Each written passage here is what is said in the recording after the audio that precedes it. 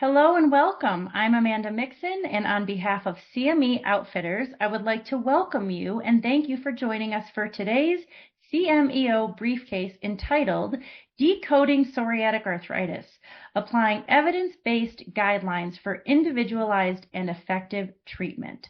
Today's program is supported by an educational grant from Janssen Biotech. I'm Amanda Mixon, and I have been in rheumatology for 17 years. I'm a physician assistant. I practice in Colorado. About 4 years ago, I co-founded the organization called RAP, or Rheumatology Advanced Practice Providers, and am the current sitting president of this organization. A wonderful organization for APPs in rheumatology. So let's go over our learning objectives for today. And essentially, it's to utilize guideline-based management strategies for patients with psoriatic arthritis. Hi, Michael. Thanks for coming in today. How are you doing? Hi, Miss Mixon. Things are okay. I've been having some symptoms that have been worrying me, and I was just hoping we could discuss it today. So sorry to hear that you're having these worrying symptoms, but we'll see what we can do to help. Could you tell me a little bit more about your current symptoms? Of course, they're mainly related to my job. I've been working as a construction worker for a long time. However, over the past year, I noticed that my psoriasis has started to get worse. Um, I've started experiencing flares that I haven't had in a long time, and the itching and discomfort has made working uncomfortable, but it's been mostly manageable. I'm so sorry to hear that you've been having these issues. We'll be sure to address this. I know you were referred by dermatology. Have you had any other issues or symptoms that have come up recently? Yes, actually. I started experiencing some pain and stiffness in my right hand and knee. At first, I thought this might be work related, but then I started to notice my toes are getting swollen, and I mean, almost as big as like sausages. They're so big, and it's made work painful, which is why I was referred to by my dermatologist. Do you think this could be because of how physical my work has been over the years, or could this be related to my psoriasis? I noticed that my joint pain started around the same time that my rash started to become a problem again. So maybe they're related. I really appreciate you giving me all this information and detail. There's definitely a chance that this could be related to your psoriasis. We'll have to take a look at your hands and feet. May I ask you some additional questions before we get started? Sure, Miss Mixon. Ask away. Initially, we're going to talk about the patient interaction. So let's talk more about Michael. We met Michael. He's a 32-year-old Asian male who presents with unilateral pain in his right hand and knee and diffusely swollen toes. He works in construction and is finding it very difficult to work because he has pain and swelling. The patient was diagnosed with severe psoriasis at the age of 22. He was prescribed adalimumab, which showed improvement of his symptoms. However, he's currently experiencing skin flares and has a BSA, or body surface area, of 8%, and also has recently developed joint pain that has persisted for about 2 months. Because of the joint pain, dermatology has referred him to rheumatology and wants us to try to figure out, does he have psoriatic arthritis? His past medical history is significant for psoriasis, but he's otherwise healthy. He is married, has 2 children. He's active. He does drink 2 to 3 12-ounce beers daily. And his current medication is only adalimumab, 40 milligrams sub-Q every other week. And I will tell you that Michael's a very common type of patient that I see in my clinic, a younger male. And it's not uncommon for dermatology to send these patients to me all the time to find out, do I think they have psoriatic arthritis? I think what's important to note about Michael is he does drink, and he drinks pretty regularly. And so that can impact us when we're making treatment decisions for him. So that's the one thing that I would want you to also see here, because otherwise he's healthy and doesn't have any other comorbid conditions that would potentially impact us when we're making a treatment decision. So let's talk a little bit more in depth about how we make a diagnosis of psoriatic arthritis. We know that patients typically will have psoriasis first, and about 30% of patients with psoriasis can go on to develop psoriatic arthritis. In terms of the time frame, of course, I've seen patients that have had psoriasis for a very limited amount of time and then develop the joint pain. But more commonly, they'll usually have the psoriasis for several years and then go on to develop psoriatic arthritis symptoms. What does that look like? Well, it can affect different joints and it causes stiffness and swelling. It really is characterized by an asymmetric oligoarticular pattern, but could develop polyarticular arthritis over time. A classic finding of psoriatic arthritis will be dactylitis. And when you see it, it's pretty remarkable and you don't miss it. But it really does look like a sausage finger or toe. And essentially what happens there is this disorder affects the tendons as well as the joints. And so with dactylitis, the entire tendon sheath becomes diffusely swollen and ends up looking like a sausage. So oftentimes people will say, my finger or my toe ballooned up, it's really big and swollen, I had no history of trauma. That with a history of psoriasis is a very, very big clue that that patient could have psoriatic arthritis. In addition, like I just mentioned, the tendons can be involved, and where the tendon inserts to the bone is called the entheses. And so patients with psoriatic arthritis can have what's called enthesitis, and that's again where there's an inflammatory response in that area. So oftentimes when I'm seeing a patient that has a psoriasis history, and they come in for joint pain, of course, one of the first questions that I ask is, do you have any significant joint swelling? That's important. Do you have chronic tendon problems? Because oftentimes people will be told that they have tennis elbow or golfer's, elbow or chronic heel pain. That's a big one where the Achilles tendon inserts. So patients will often say, yeah, I've had plantar fasciitis several times. That's another clue that potentially they do have psoriatic arthritis. And then, of course, if they have the fat sausage finger or toe, it's kind of a slam dunk because that's dactylitis. And again, a very classic presentation of somebody with psoriatic arthritis. In addition, it's important to remember that psoriatic arthritis is part of the family of the spondyloarthropathies. And what that means is that the spine can be involved, and we call that axial disease. They can have all areas of spinal involvement. And the way that I try to differentiate that, like let's go back to Michael, for example. So Michael's a construction worker. So he obviously is doing a lot of heavy lifting, and he might have back pain just associated with that. How I would differentiate that is I'd be asking the questions, do you have back pain that wakes you up in the middle of the night? Do you find that it is the worst first thing in the morning? Does it get better the more that you do? That is inflammatory back pain. So that would be more suspicious of psoriatic arthritis. If Michael were to say to me, no, I actually feel pretty good in the morning, but when I go to work, by the end of my shift where I've been lifting and using my back and bending over, but it's the worst at night, then I would think more that's mechanical back pain. So that's a really important concept to understand because that can be a really big differentiator when you're trying to determine if somebody has an inflammatory arthropathy versus more degenerative or mechanical. So that's really important. And I think that with all of the types of spondyloarthropathies, again, including with psoriatic arthritis, trying to differentiate that can help guide you specifically when you're thinking about different treatment options for that patient. And I will tell you, sometimes they can have both, and so that can be challenging in addition to sometimes figure out. But really those clues about waking up in the middle of the night, significant morning stiffness, and getting better with activity can be very big clues for you. It's also important to remember that patients with psoriatic arthritis mostly will have psoriasis first, but not always. And we know that about 15% of patients with psoriatic arthritis actually will not have psoriasis.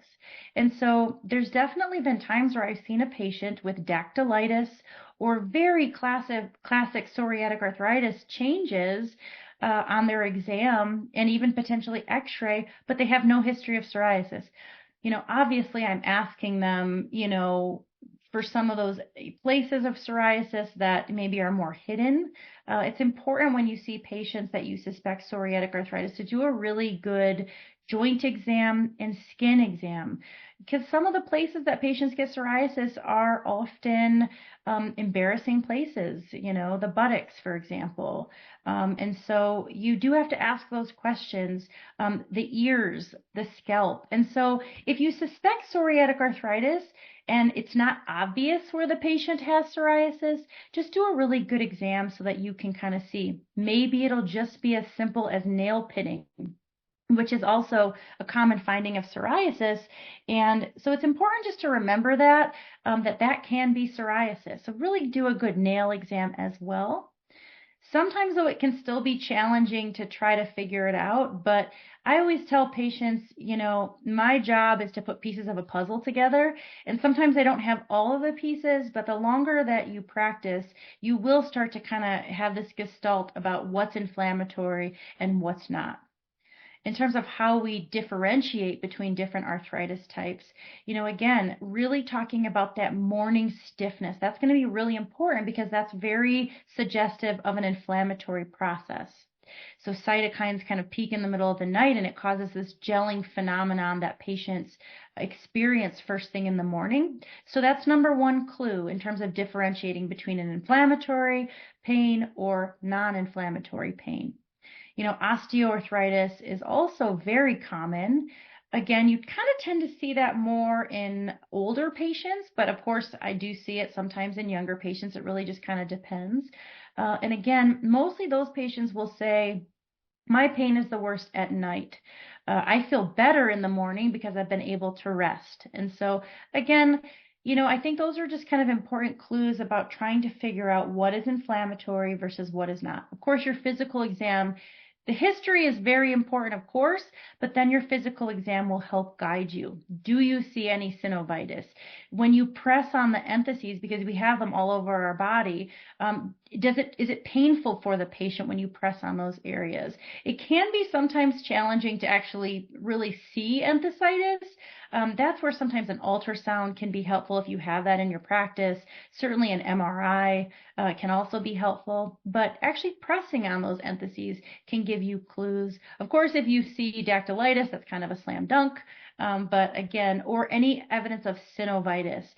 As I said at the beginning, again, this can affect one or many joints, but I typically will see it again in this asymmetric pattern, which is somehow another way that you can differentiate this from rheumatoid arthritis, where patients will have more of a symmetric, a small joint arthritis. Again, if for rheumatoid, it's more common in women than it is in men. For psoriatic arthritis, think middle life, and men and women are equally affected. So hopefully that's some clues for you if you do see a patient with psoriasis that comes in with joint pain, to help you differentiate if you believe they may have psoriatic arthritis. Now, our first question. So to diagnose Michael, we really do need to understand the diagnostic criteria. Which of the following are diagnostic criteria specific for psoriatic arthritis? The answer to this question is D, current dactylitis or history of dactylitis. I talked a lot about that in the previous slide, and so again, that is an important tool for diagnosing psoriatic arthritis. Again, it's one of those classic findings of a patient with psoriatic arthritis. And so definitely you're going to want to look at the hands and the feet, and if you see evidence of this, the patient likely has psoriatic arthritis. So let's move on to actually discussing how we diagnose psoriatic arthritis. And I'll tell you that it's a bit challenging because we don't have, a particular lab that we can order. There are some x-ray findings that I'll talk about here in just a moment, but I'll tell you, psoriatic arthritis can be challenging. So if you do find it to be somewhat challenging, you are not alone. It took me several years before I really started to feel very comfortable making this diagnosis with confidence. There's different ways that, we can utilize and different criteria. CASPAR criteria is a good one, and I would encourage you to study this. And if you are seeing patients with psoriatic arthritis or you're making that diagnosis, this can be really a helpful tool. Remember, with rheumatoid arthritis, we do have some blood work, a rheumatoid factor, an anti-CCP that definitely can help, guide us. We do not have that here. And so that's where you really have to kind of, use obviously your gestalt, your physical exam, your history, and then you should be able to determine if this patient does or does not. So let's specifically talk about the criteria. Patients have to have an inflammatory articular disease. So what that means is they have to have inflammation in the joints that you can see, so synovitis, the spine, that inflammatory back pain, sacroiliitis that you can see on potentially an x-ray or MRI, or again, that enthesitis that I talked about, as well as 3 or greater points. If you have those features, you likely have psoriatic arthritis with good confidence. And what those points are is evidence of psoriasis. So if they currently have psoriasis, that already gives you 2 points. So you're almost there. If they have a personal history of psoriasis or a family history of psoriasis, they will get a point if they have psoriatic nail dystrophy. As I said earlier, with rheumatoid arthritis, we have some blood tests. And it's important that you differentiate between rheumatoid arthritis and psoriatic arthritis. They look differently, but as part of our criteria, a negative test for rheumatoid factor. So again, if you have a patient that you see that has inflammation in one of those areas, psoriasis, and a negative rheumatoid factor, you have met criteria for psoriatic arthritis. Dactylitis, which again, I've talked about a few times because I really do want that to hone in on something that's really classic with psoriatic arthritis. If they have current dactylitis that you can see, or a history of dactylitis. Again, I talk to my patients all the time about this when I see them, if I'm suspicious of this. Have you ever had anything like that happen? And it's interesting how many patients will say, yeah, as a matter of fact, a few years ago, I had a toe that became swollen. I went to the urgent care. They thought it was an infection, etc. And it finally cleared up. So just important to ask those questions. And then you get another point if you actually can see the radiographic evidence of what we call juxta-articular new bone formation. I will say that that's a later finding of psoriatic arthritis. So with all the tools that we have now, hopefully we don't get to the place where you actually see that, because we want to prevent that from happening. So what are the pros and cons of the CASPAR criteria? Well, it was developed via an international collaborative cohort of psoriatic arthritis experts. So that's really good. It's very easy to use. Again, I often will put a CASPAR criteria, not necessarily because I'm questioning whether the patient has it, but sometimes, especially with insurance, if you're trying to get a particular medication, it can be useful to say patient, meets CASPAR criteria to make the diagnosis of psoriatic arthritis. It does have good sensitivity and specificity. It allows psoriatic arthritis patients to be classified without psoriasis when other features are present. And again, I think that's important because, as I said earlier, 15% of patients with psoriatic arthritis will not have psoriasis. And again, if you put them on appropriate treatment, maybe they never develop psoriasis. It allows the patients with a positive rheumatoid factor also to be classified. It's validated and established in early psoriatic arthritis cohorts and across multiple ethnicities.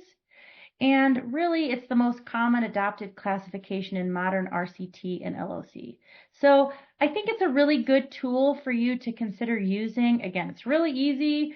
Print it, have it, at your desk if you need to reference it. But I think it's a good tool, and it can be helpful, again, when you are particularly trying to pick different treatments. which is what we're going to go over now. How do you choose? You make a diagnosis of psoriatic arthritis, and now what? What do you do?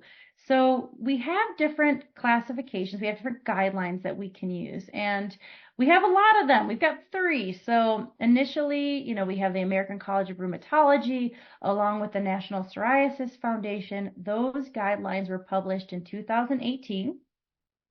In 2019, EULAR, so the European Alliance of Associations for Rheumatology, updated their guidelines.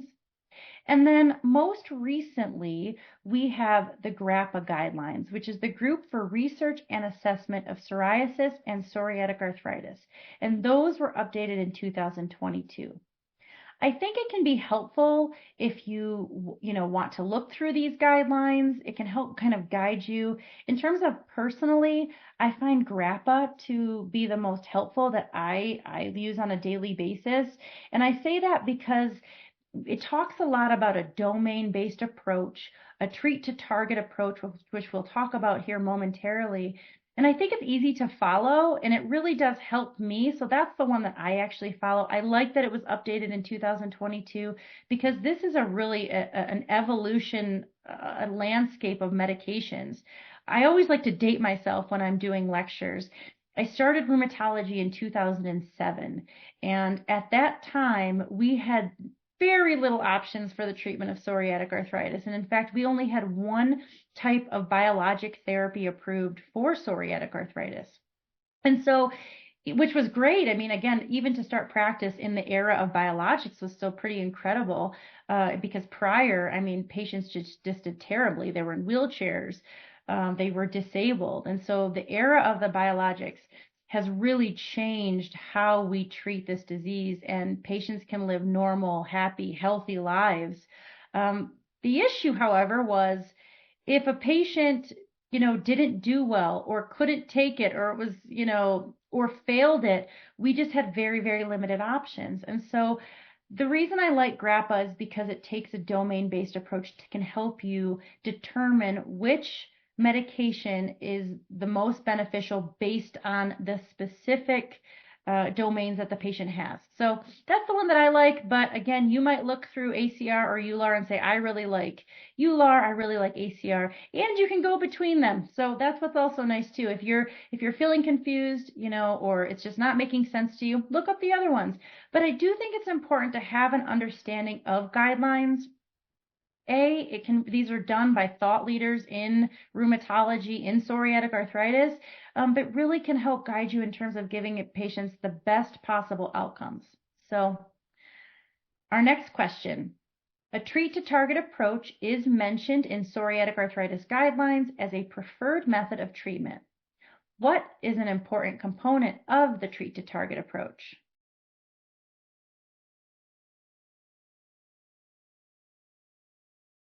The correct answer is A. The goal of treat to target should be remission or low disease activity. Again, I'm going to date myself here, but back when I first started, we didn't really talk about remission. We didn't talk about low disease activity in psoriatic arthritis. And we actually kind of told patients that, well, this is somewhat of a mild disease process. It's not as bad as rheumatoid arthritis. And, maybe you can just manage things with very little. Maybe you don't need treatment at all. I think part of that was we really didn't have a great understanding of it. We didn't obviously have as many treatment options. And we've just really learned so much that psoriatic arthritis can and will potentially be a destructive disorder that can lead to damage. And so we really do want to approach our patients with an aggressive treatment strategy to get them into remission so that they don't develop joint damage. I say this to my patients all the time. Once damage happens, we can't do anything about it. And so it's really, really important that we catch them early, that we treat them aggressively, that we follow up with patients, very regularly to achieve those goals. And then our patients can do very well and live happy, healthy lives, which is what I tell patients. The other thing I tell patients, and again, you can feel free to steal all of these things, but I say, I want you to feel how you did before you had this disease. And I really do not want to settle for less than that because we have way too many good options for you to continue to struggle. So I say that to patients. It sets the tone for patients that I am in this with them. We are a team and I want them to do well. It's also really important with our patients that we hold them accountable too. And I really have a lot of discussions with my patients about that too, because I do believe that a lot of it is on them as well. I can talk till I'm blue in the face about what treatment I think is appropriate, but if I don't take the medication, or do the things I'm talking to them about, then it just doesn't work. And so it's really multifaceted, and I think it's really important that we also make sure our patients are advocates for themselves. So I definitely approach that. So what exactly does it mean to have a treat to target approach? Well, it began as a strategy for managing diabetes and heart disease, and now we utilize it for inflammatory diseases like psoriatic arthritis. We also use this very frequently with rheumatoid arthritis.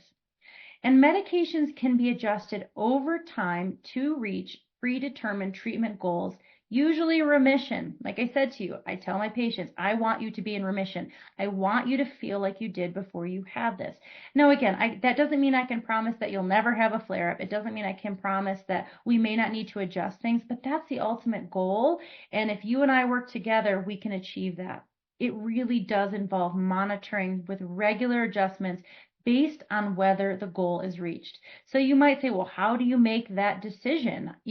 Those are goals that you really should be making with your patients at the very beginning. This is what I'm looking for. Because the other thing that's really important to remember is that a patient's goal could be different than what your goal is. And over time, I've really learned how to hone in on that. For example, we want our patients to not have any, disease progression. We want to see their x-rays be clean, look normal. We don't want to see any dactylitis. We don't want to see any enthesitis.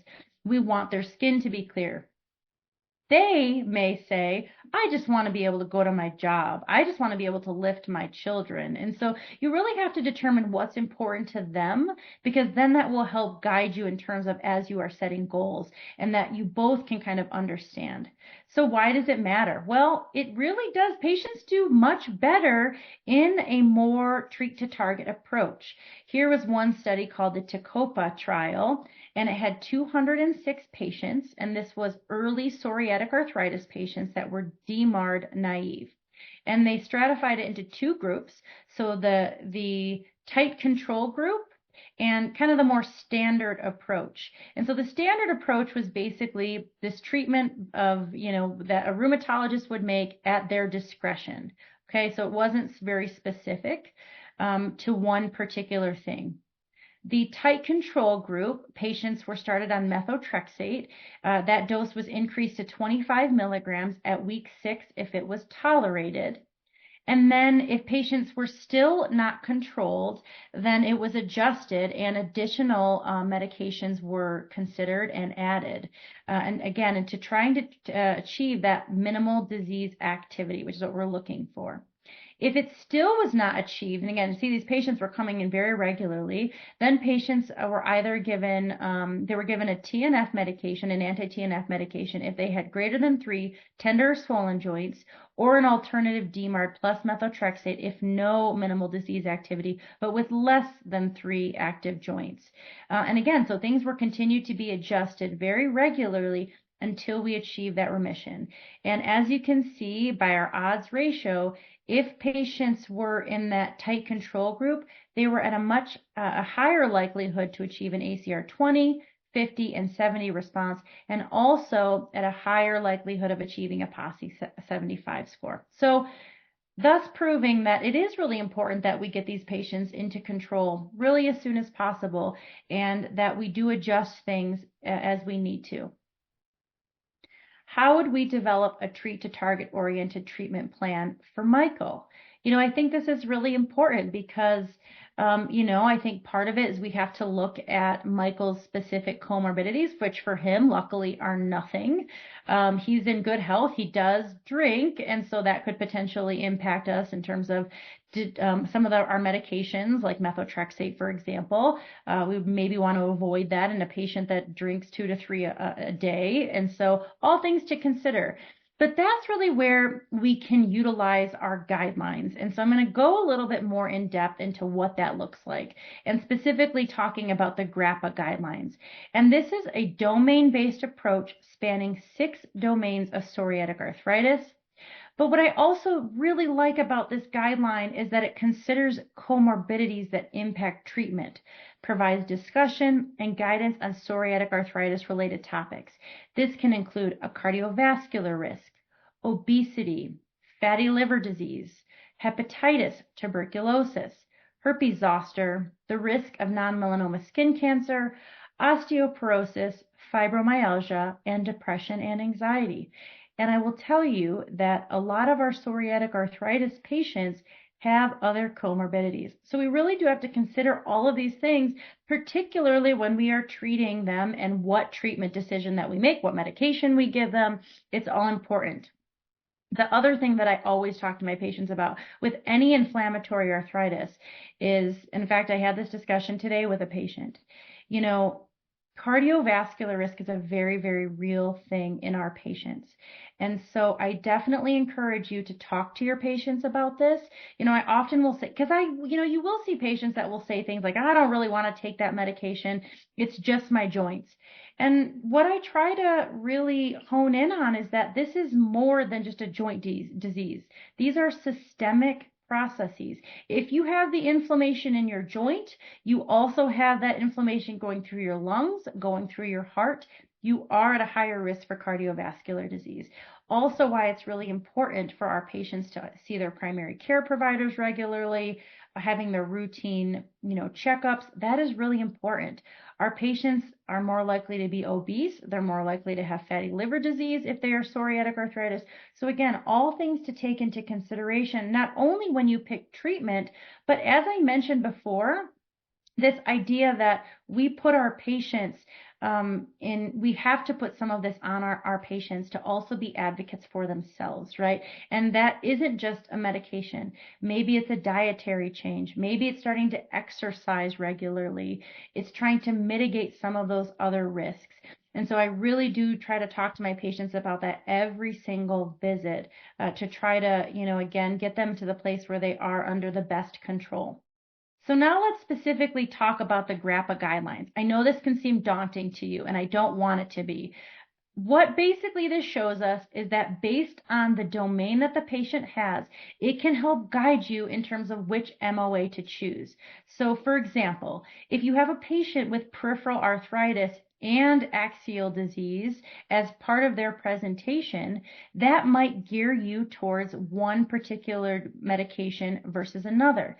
If you have a patient with nail disease, that could potentially make you choose one option over another.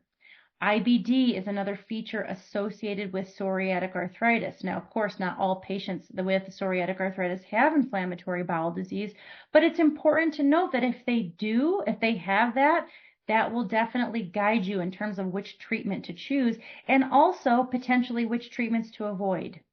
It's the same thing with uveitis because only certain medications can be useful for uveitis.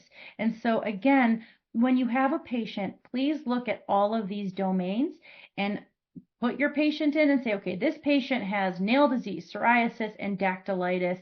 I also see peripheral arthritis. And that's pretty easy to go down the trail there and see, okay, this is what I should choose. And if that doesn't work, I can change to this. And if that doesn't work, I can change to that.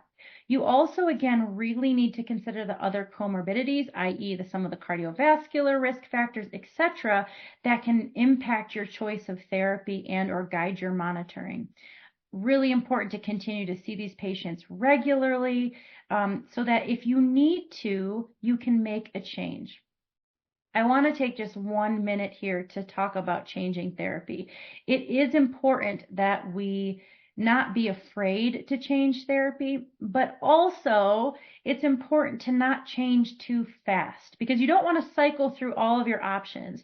And so sometimes I've definitely seen patients maybe that I'm seeing for a second opinion, and they have cycled through all of the options because they were changed really rapidly. So just remember to set the expectation that all of these medications take time to work. And, it's important to see patients regularly. You can adjust things, maybe add in an oral DMARD, maybe add in a biologic to your oral DMARD. But just remember, these take time. This takes time for your patients to really achieve remission. And I do think that's important to set that expectation. They're not going to, maybe they'll feel dramatically better after the first dose of something, but that would be unusual. It really does take several weeks before patients really notice the optimal benefit. And so setting that expectation can also be helpful so that patients don't just stop the medication if it's not working, so that they do give it the appropriate amount of time. And then you're not cycling through things too fast. So I do think that that's important as well. And kind of taking all these things into consideration.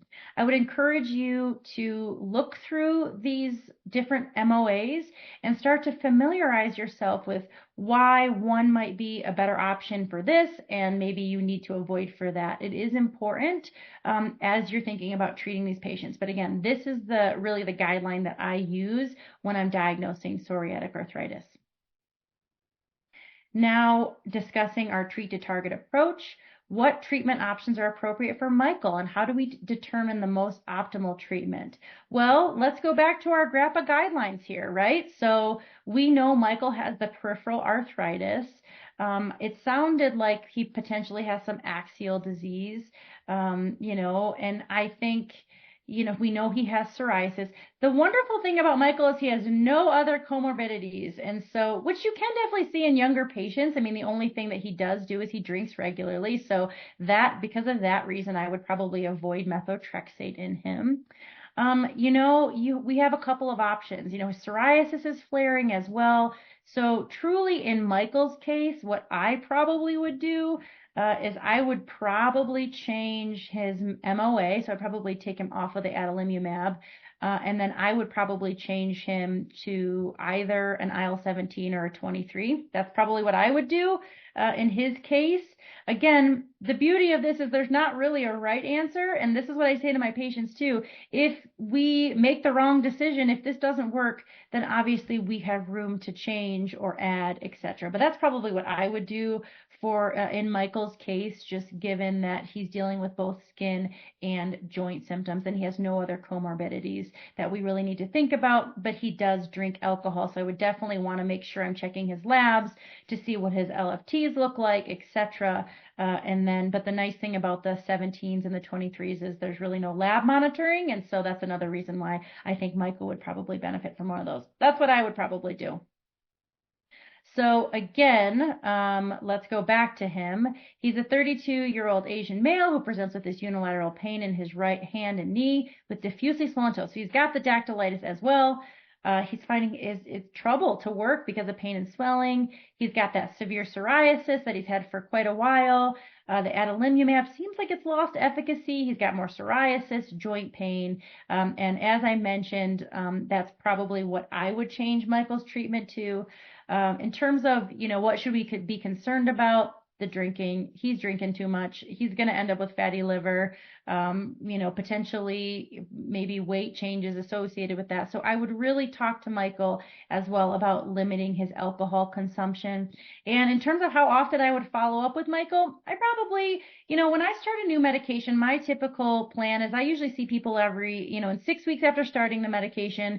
And then if they're doing pretty well on it, every 3 months or so is when I see patients. If they're doing really well, I'll push it out to 6 months, but I don't do that until I have the patient into remission. SMART goals. So what do we take away from all of this, right? Like, what are the things that I would hopefully have you look at when you're thinking about this? And I hope today's CMEO briefcase program was helpful to you and that you have a better understanding of how to diagnose psoriatic arthritis, as well as how to best utilize the guidelines to determine treatments for our patient. So let's really quickly go over those, which are specific, measurable, attainable, and relevant and timely. Number 1, utilize CASPAR criteria when considering diagnosis for patients presenting with psoriatic arthritis. Number 2, improve outcomes in patients with psoriatic arthritis with evidence-based treat-to-target methods. And then lastly, develop a customized treatment plan for patients with psoriatic arthritis based on domain-based guideline-directed therapy. And again, that's why even printing off that GRAPPA guideline, I have it in my office. That way I can, if I'm just a little confused, I'm not exactly sure which direction to go, I'll just look at it and then it can help guide me, and hopefully it will help guide you as well.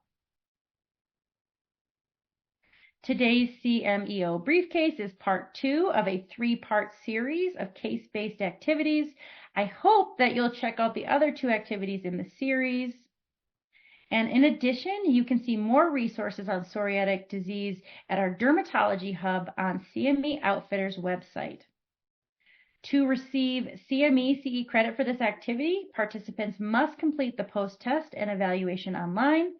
Participants will be able to download and print their certificate immediately upon completion. Be safe, take care of yourself so you can provide the best care for your patients. I hope this was helpful.